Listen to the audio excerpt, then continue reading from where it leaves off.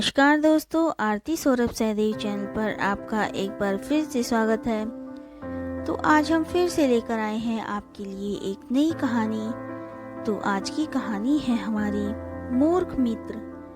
तो चलिए दोस्तों, कहानी को हम शुरू करते हैं। बहुत समय पहले की बात है। एक राज्य में एक राजा का राज था। एक दिन उसके दरबार में एक मदारी एक बंदर लेकर आया। उसने राजा को सभी दरबारियों को बंदर का करतब दिखाकर प्रसन्न कर दिया। बंदर मदारी का हर हुक्म मानता था। जैसा मदारी बोलता, बंदर वैसा ही करता था। वह आज्ञाकारी बंदर राजा को भा गया। उसने अच्छी कीमत देकर मदारी से वह बंदर खरीद लिया। कुछ दिन बाद राजा के साथ रहने के बाद बंदर उससे अच्छी तरह हिल मिल गया। वह राजा की हर बात मानता। वह राजा के कक्ष में ही रहता और उसकी सेवा करता था। राजा भी बंदर की स्वामी भक्ति देख बड़ा खुश था। वह अपने सैनिकों और संतरियों से भी अधिक बंदर पर विश्वास करने लगा और उसे महत्व देने लगा। सैनिकों को यह बात बुरी लगती, किंतु वे राजा के समक्ष कुछ नहीं कर पाते थे। एक दोपहर की बात है कि राजा अपने सैन कक्ष में आराम कर रहा था। बंदर पास ही खड़ा पंखा झल रहा था। कुछ देर बाद राजा गहरी नींद में सो गया। बंदर वहीं खड़े खड़े पंखा झोलता रहा। तभी कहीं से एक मक्खी आई और राजा की छाती पर बैठ गई। बंदर की दृष्टि जब मक्खी पर पड़ी तो उसने पंखा हिलाकर उसे हटाने का प्रयास किया। मक्खी उड़ गई, किंतु कुछ देर पश्चात पुनः वापस आकर राजा की छाती पर बैठ गई। पुनः मक्खी को आया देख बंदर अत्यंत क्रोधित हो गया। उसने आव देखा न ताव और पास ही पड़ी राजा की तलवार लेकर पूरी शक्ति से मक्खी पर प्रहार किया। मक्खी तो उड़ गई, किंतु तलवार के जोरदार प्रहार से राजा की छाती के दो टुकड़े हो गए और राजा के प्राण पखेरु उड़ गए। तो दोस्तों, इस कहानी से हमें यह शिक्षा मिलती है कि मूर्ख मित्र से अधिक बुद्धिमान शत्रु को तहरीर दी जानी चाहिए। एक गांव में शंभु दयाल नामक ब्राह्मण निवास करता था। एक बार वह हवन आदि करने के लिए यमराज के घर गया। उस यमराज द्वारा हवन संपन्न हो जाने के उपरांत यमराज द्वारा उसे एक बकरा दिया गया। ब्राह्मण जब वहां से चलने को हुआ तो उसने बकरा अपने कंधे पर लाद लिया। बकरे को कंधे पर लादे ब्राह्मण चल दिया। मार्ग में 3 ठगों ने उसे बकरे के साथ देखा तो बकरा हथियाने की योजना बनाने लगे। योजनानुसार तीनों ठग ब्राह्मण के मार्ग पर थोड़ी थोड़ी दूर में खड़े हो गए। जब ब्राह्मण पहले ठग के पास से गुजरा तो वह ठग बोला, पंडित जी, ऐसा अनर्थ तो पहली बार देखा है कि ब्राह्मण अपने कंधे पर कुत्ता लादे ले जा रहा है। यह बात सुनकर ब्राह्मण क्रुद्ध हो गया और बोला, दिखाई नहीं देता तुझे? ये कुत्ता नहीं बकरा है। ठग बोला, पंडित जी, ये कुत्ता ही है। यदि आपको नहीं मानना तो मत मानो, किंतु मानने या ना मानने से वास्तविकता नहीं बदल जाएगी। ब्राह्मण आगे बढ़ा तो उसे दूसरा ठग मिला।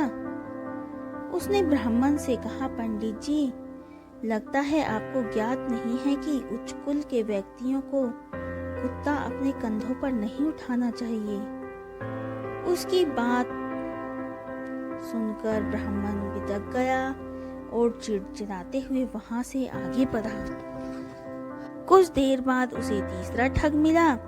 उसने भी ब्राह्मण से वही प्रश्न पूछा, ब्राह्मण जी, अपने कंधे पर कुत्ता लादे कहाँ जा रहे हैं? 3 लोगों द्वारा बकरे को कुत्ता कहने पर ब्राह्मण को उनकी बात पर विश्वास हो गया और उसे लगा कि वास्तविक में उसके बकरा नहीं कुत्ता अपने कंधे पर उठाया है। इसलिए उसने बकरे को अपने कंधे से उतारकर रास्ते में ही छोड़ दिया और अपने घर चला गया। तीनों ठगों ने बकरे को मारकर उसकी दावत का मजा लिया। तो दोस्तों, इस कहानी से हमें यह शिक्षा मिलती है कि एक झूठ यदि बार बार कहा जाए तो वह सच लगने लगता है। अतः सच झूठ की पहचान करने अपनी पूरी समझ का इस्तेमाल करें।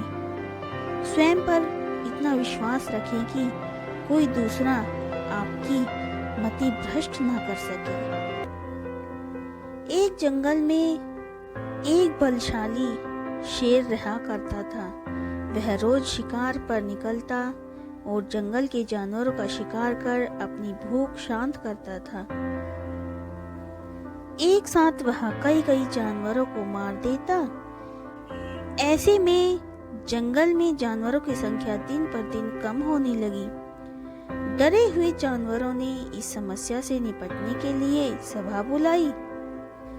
वहां निर्णय लिया गया कि शेर से मिलकर इस विषय पर बात की जानी चाहिए।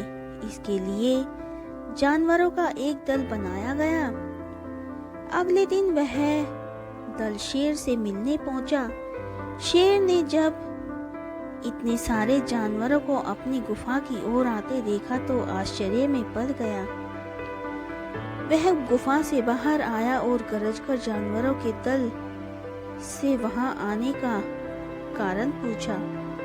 दल का मुखिया डरते डरते बोला, वनराज, आप तो वन के राजा हैं।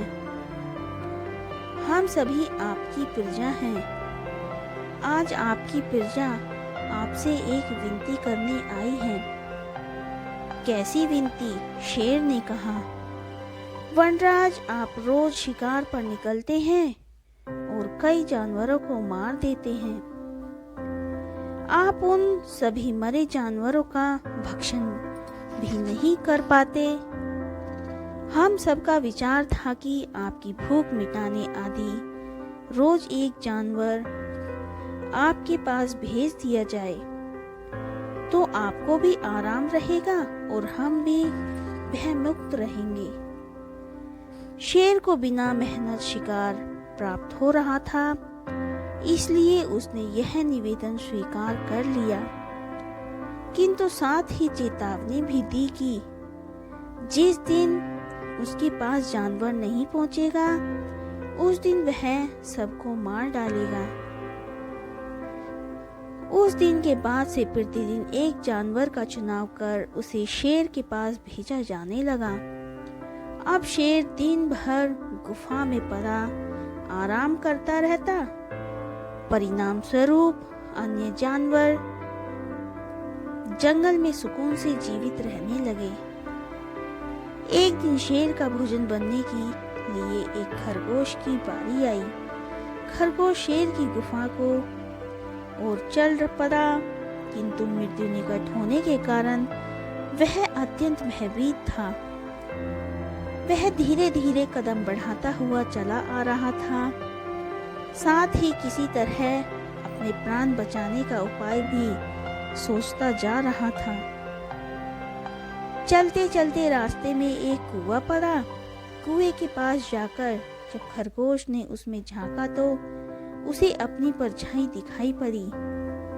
उसी क्षण खरगोश को अपनी जान बचाने का एक उपाय सूझ गया। उपाय सूझते ही खरगोश ने एक नई जोश का संचार हो गया। उसे शेर के पास जाने की कोई जल्दी नहीं थी। कुछ देर कुएं के पास आराम करने के बाद वह शेर के पास पहुंचा। इधर भूखा शेर अपने भोजन के आने में हो रही देरी से क्रोध में लाल पीला हुआ जा रहा था। जैसे ही उसने एक पिद्दी से खरगोश को देखा, उसका क्रोध भी भर गया। वह गरजकर खरगोश से बोला, पिद्दी खरगोश, मैं सबसे प्रतीक्षा कर रहा हूँ और तू अब आया है। अब मेरी भूख बढ़ चुकी है। तुझ अकेले से क्या होगा? तुझ पिद्दी को किस बेवकूफ ने मेरे पास भेजा है? तुझे तेरे बाद अब मैं उसे भी मारकर खा जाऊंगा। खरगोश हाथ जोड़कर गिड़गिड़ाया, वनराज, देरी के लिए मुझे क्षमा करें। विश्वास करिए, इसमें न मेरा दोष है और न ही मुझे भेजने वाले का। हम तो 5 खरगोश अपना भोजन बनने निकले थे, किंतु रास्ते में एक दूसरे शेर ने हमें रोक लिया। जब हमने उसे बताया कि हम अपने राजा का भोजन बनने जा रहे हैं, तो वह 4 खरगोशों को मारकर खा गया और मुझे आपके पास एक संदेश देने भेजा कि अब से वह जंगल का राजा है। ऐसा कहा उसने? शेर गुस्से से दहाड़ा। जी वनराज, उसने आपको लड़ाई के लिए ललकारा है। उसने कहा है कि वह आपको मारकर इस जंगल में एक छत्र राज करेगा। ये सुनना था कि शेर गरजता हुआ बोला, मुझे अभी इसी समय उसके पास ले चल। मैं उसे बताता हूँ कि इस जंगल का राजा कौन है। आज तो उसकी खैर नहीं। खरगोश तुरंत तैयार हो गया और शेर को लेकर कुएं के पास आ गया। कुएं को दिखाते हुए वह बोला, वनराज, ये उस शेर का दुर्ग है। वह इसी दुर्ग में रहता है। आज दुर्ग के द्वार से उसे ललकारिए। शेर ने कुएं में झांककर देखा तो उसे अपनी परछाई नजर आई। परछाई देखकर उसने सोचा कि अवश्य ही वह दूसरा शेर है और जोर से दहाड़ते हुए उसे ललकारने लगा। कुएं की दीवारों से टकराकर आती हुई अपनी ही दहाड़ की प्रतिध्वनि सुनकर और अपनी परछाई देखकर उसे लगा कि दूसरा शेर भी वहां दहाड़ते हुए उसे ललकार रहा है। उस ललकार का उत्तर देते हुए उसने शेर कुएं में छलांग लगा दी। कुएं की दीवारों से टकराता हुआ वह पानी में गिरा और डूबकर मर गया। शेर के मरने के बाद खरगोश खुशी खुशी वापस लौटा और जंगल के अन्य जानवरों को खुशखबरी सुनाई। सुनकर सभी बहुत खुश हुए और सबने खरगोश की खूब प्रशंसा की। तो दोस्तों, इस कहानी से हमें यह शिक्षा मिलती है कि बुद्धि बल सबसे बड़ा बल होता है। इसलिए मुश्किल घड़ी में सदा बुद्धिमानी से काम लेना चाहिए। बुद्धि का इस्तेमाल कर हर समस्या का समाधान किया जा सकता है। एक सुबह एक गधा और एक मुर्गा मिलकर भोजन कर रहे थे। अचानक एक शेर आया और उसने गधे की तरफ आक्रामक होकर जैसे ही पंजा बढ़ाया, वैसे ही मुर्गे ने जोर जोर से बांग देना आरंभ कर दिया। शेर इस आवाज से डर गया और भाग खड़ा हुआ। गधे ने सोचा कि क्यों न शेर को सबक सिखाया जाए और उसने शेर का पीछा करना शुरू कर दिया। शेर मुर्गे की आवाज से डरकर भाग रहा था, लेकिन थोड़ी दूर के बाद आवाज सुनाई देना बंद हो गया। गधा उस शेर का पीछा करते करते यह भूल चुका था कि भागते भागते वह मुर्गे की आवाज की सीमा से बाहर आ चुका है। जैसे ही आवाज बंद हुई, वैसे ही शेर पलटा और उसने गधे पर आक्रमण कर दिया। इस प्रकार अपनी बेवकूफी के कारण गधा शेर के हाथों मारा गया। एक जंगल में कराल केसर नामक शेर रहता था। धूसरक नामक गीदड़ उसका सेवक था, जो उसकी सेवा टहल किया करता था और बदले में शेर द्वारा मारे गए शिकार का अंश भोजन के रूप में प्राप्त करता था। एक बार शेर का हाथी से सामना हो गया। दोनों अपने कर्म में चूर थे।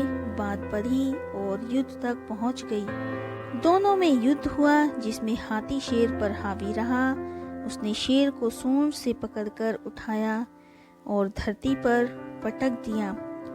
शेर के शरीर की कई हड्डियां टूट गईं। शेर बुरी तरह चोटिल हो चुका था। शेर में शिकार पर जाना उसके लिए दुष्कर था।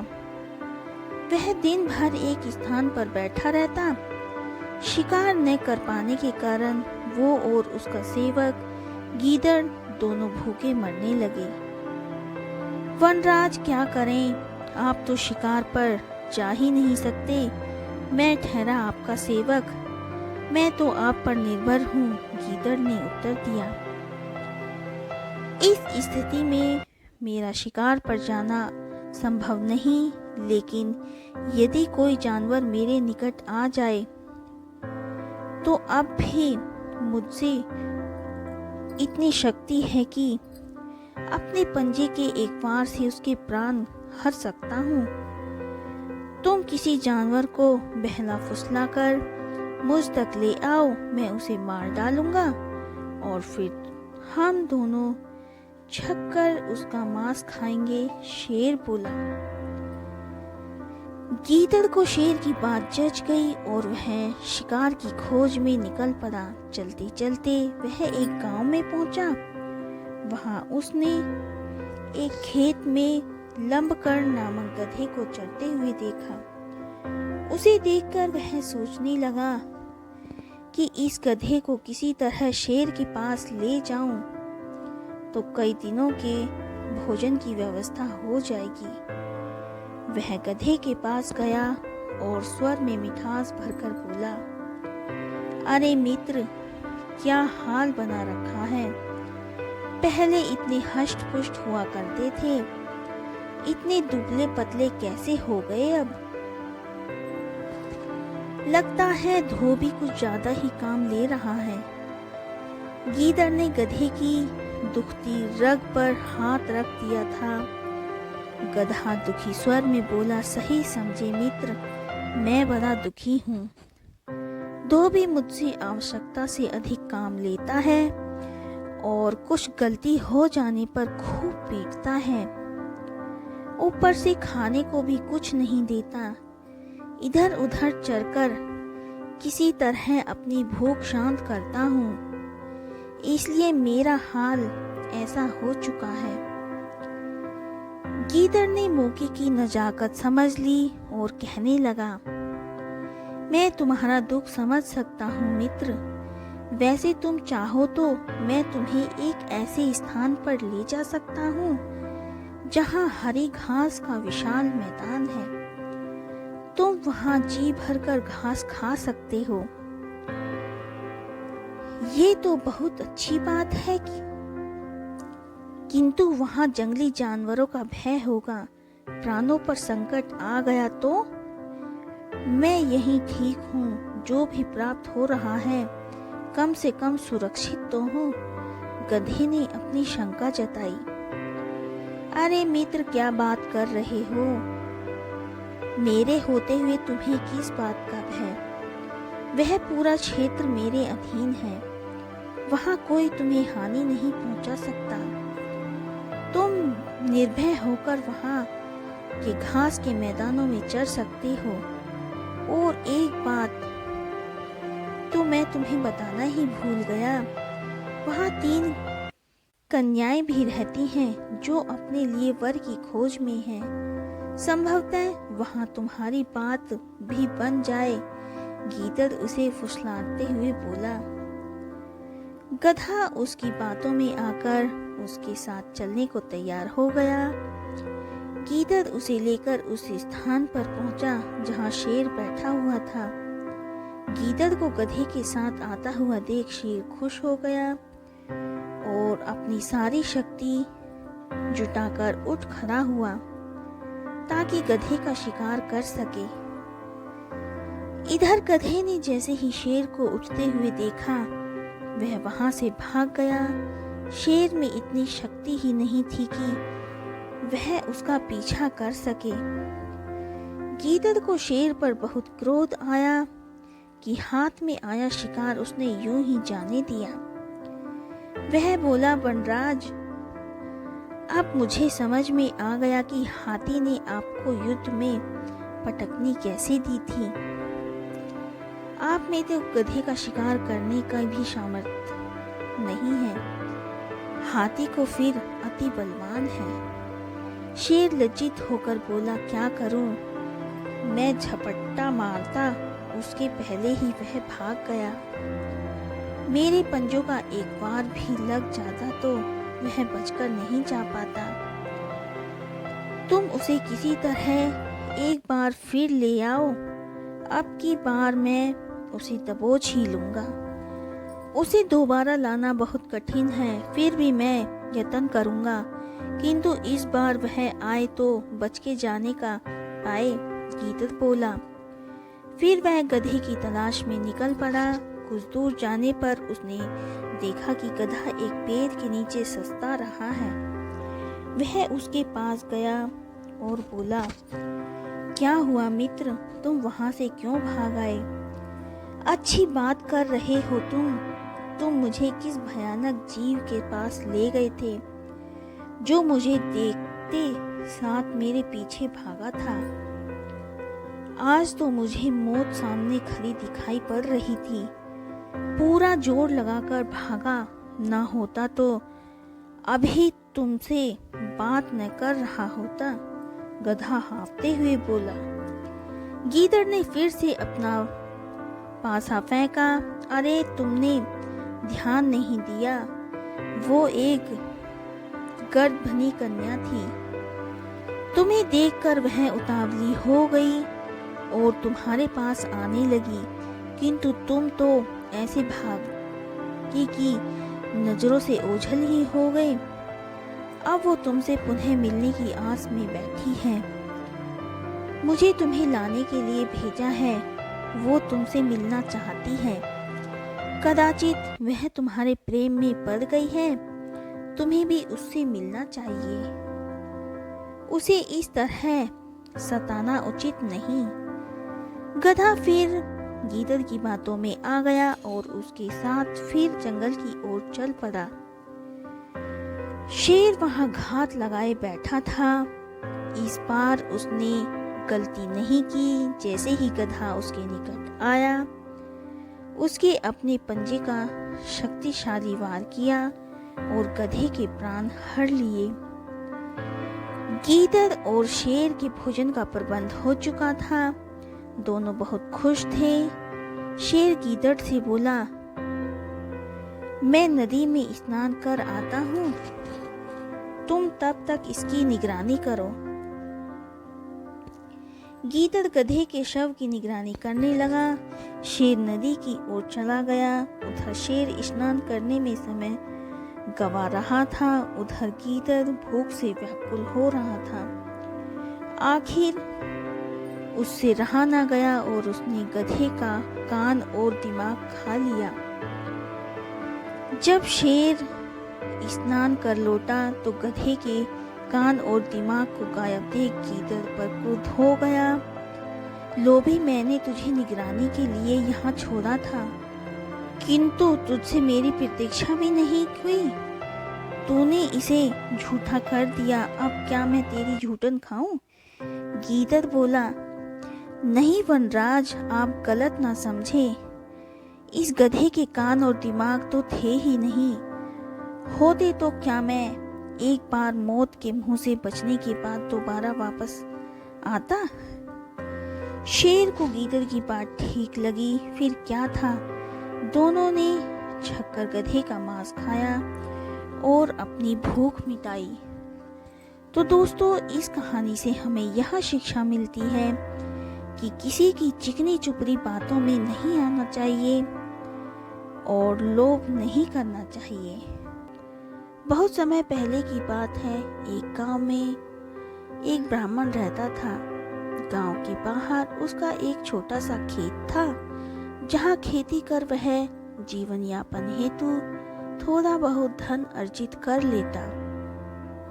ग्रीष्म ऋतु थी। वह अपने खेत में एक वृक्ष की छाया में बैठा हुआ था।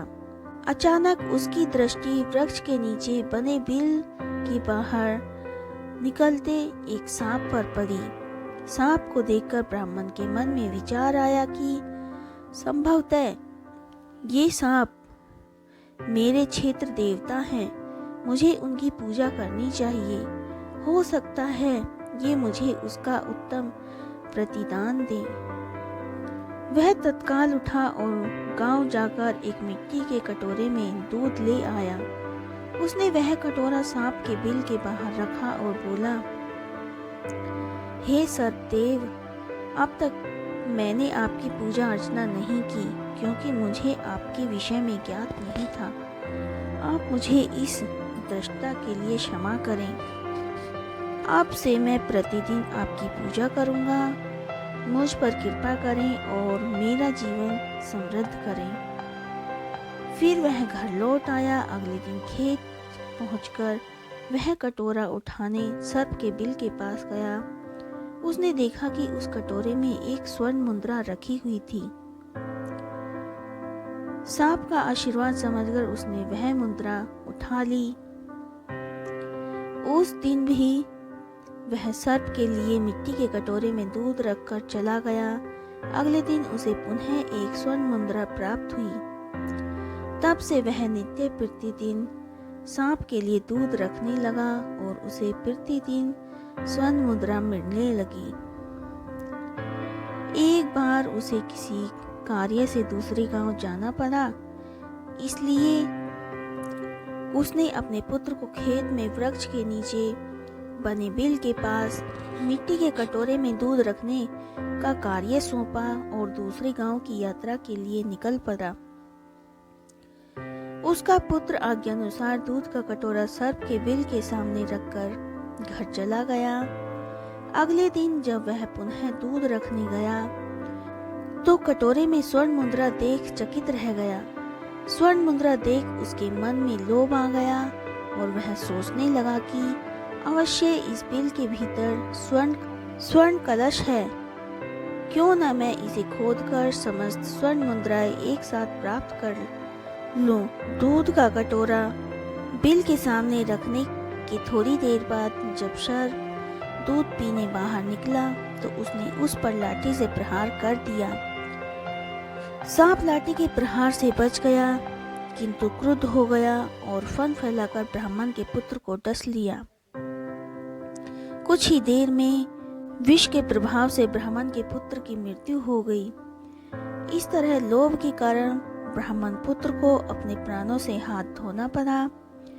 तो दोस्तों, इस कहानी से हमें यह शिक्षा मिलती है कि लोभ का दुष्परिणाम भोगना पड़ता है। एक बार एक मेंढक ने बुरी नीयत से एक चूहे से दोस्ती कर ली। वह उसका विश्वास जीतकर उसे मारकर खा जाना चाहता था। एक दिन खेल खेल में मेंढक ने चूहे को एक पंजा अपने साथ बांध लिया। पहले उन दोनों ने जो खाए और फिर पानी पीने के लिए तालाब पर गए। जैसे ही चूहों ने पानी पीना शुरू कर दिया, वैसे ही मेंढक ने उसे पानी के अंदर खींच लिया। वह उसे गहराई में ले गया। वहां पर चूहे ने तड़प तड़प कर दम तोड़ दिया। थोड़ी देर बाद उसका शव पानी की सतह पर तैरने लगा। तभी एक चील उस पर झपटी और उसने अपने तेज तथा पैने नखूनों से उसे अपने पंजों में जकड़ लिया। मेंढक का पांव चूहे के साथ बंधे होने के कारण वह भी चील का भोजन बन गया। एक सुबह एक गधा और एक मुर्गा मिलकर भोजन कर रहे थे। अचानक एक शेर आया और उसने गधे की तरफ आक्रामक होकर जैसे ही पंजा बढ़ाया वैसे ही मुर्गे ने जोर जोर से बांग देना आरंभ कर दिया। शेर इस आवाज से डर गया और भाग खड़ा हुआ। गधे ने सोचा कि क्यों न शेर को सबक सिखाया जाए और उसने शेर का पीछा करना शुरू कर दिया। शेर मुर्गे की आवाज से डरकर भाग रहा था, लेकिन थोड़ी दूर के बाद आवाज सुनाई देना बंद हो गया।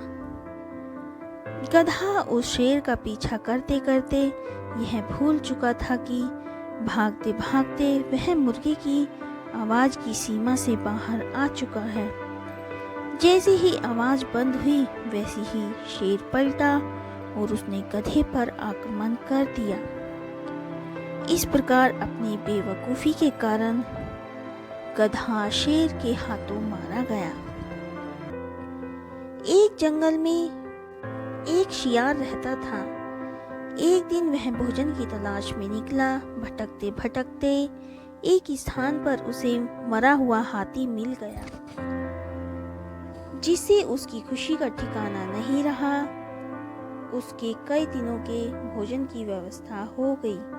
वह हाथी के मृत शरीर के पास गया और उस पर अपने दांत गड़ा दिए, लेकिन हाथी की चमड़ी मोटी थी। बहुत प्रयास के बाद भी वह उसे चीरने में असफल रहा। तब वह वहीं बैठकर किसी तरह हाथी की चमड़ी चीरने का उपाय सोचने लगा। कुछ देर में उसे जंगल का राजा सिंह आता हुआ दिखाई पड़ा, जिसे देख उसने सोचा कि क्यों ना इससे ही कहीं किसी तरह हाथी की मोटी चमड़ी चिरवाई जाए।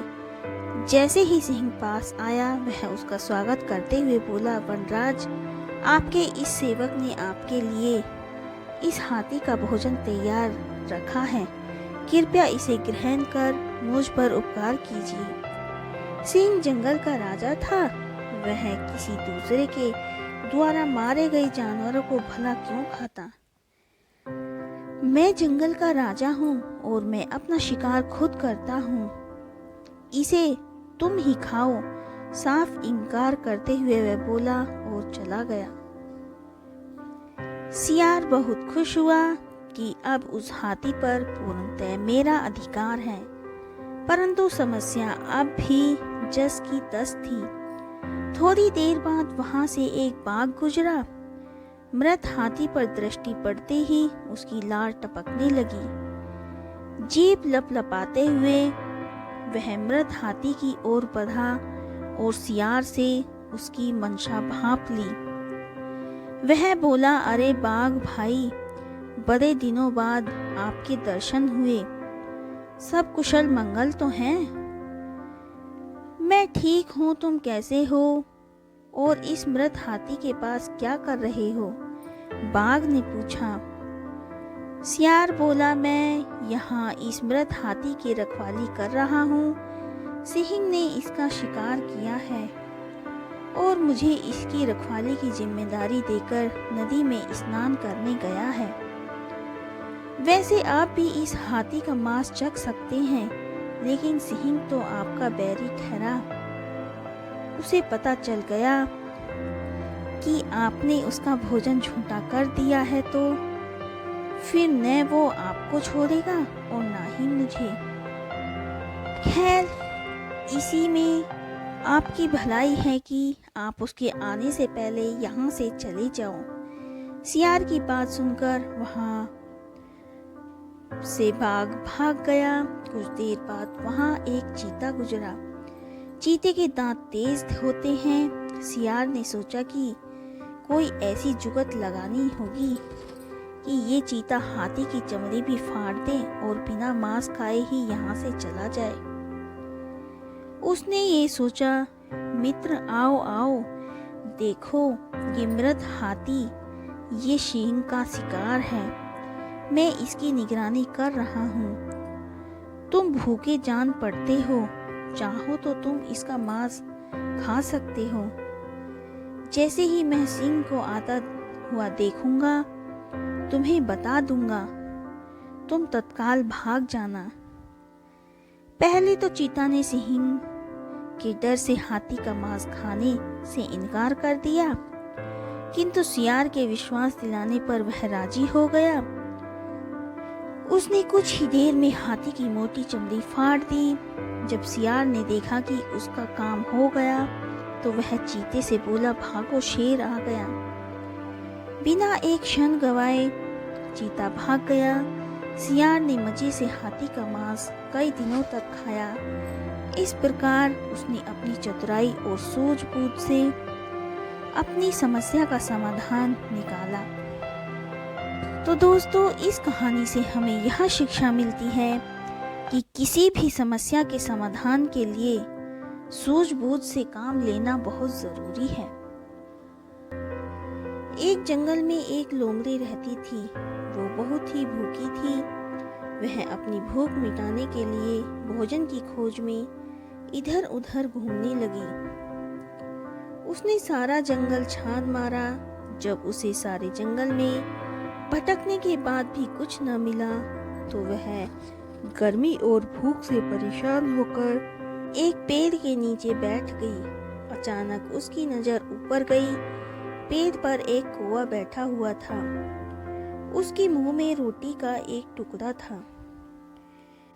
कौवे के मुंह में रोटी देखकर उस भूखी लोमड़ी के मुंह में पानी भर आया। वह कौवे से रोटी छीनने का उपाय सोचने लगी। उसे अचानक एक उपाय सूझा और तभी उसने कौवे को कहा, कौवा भैया, तुम बहुत ही सुंदर हो। मैंने तुम्हारी बहुत प्रशंसा सुनी है। सुना है तुम गीत बहुत अच्छे गाते हो। तुम्हारी सुरीली मधुर आवाज के सभी दीवाने हैं। क्या मुझे गीत नहीं सुनाओगे? कौवा अपनी प्रशंसा को सुनकर बहुत खुश हुआ। वह लोमड़ी की मीठी मीठी बातों में आ गया और बिना सोचे समझे उसने गाना गाने के लिए मुंह खोल दिया। उसने जैसे ही अपना मुंह खोला, रोटी का टुकड़ा नीचे गिर गया। भूखी लोमड़ी ने झट से वह टुकड़ा उठाया और वहां से भाग गई। यह देख कौवा अपनी मूर्खता पर पछताने लगा, लेकिन अब पछताने से क्या होना था।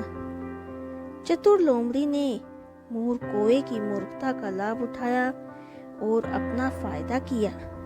तो दोस्तों, इस कहानी से हमें यह शिक्षा मिलती है कि अपनी झूठी प्रशंसा से हमें बचना चाहिए।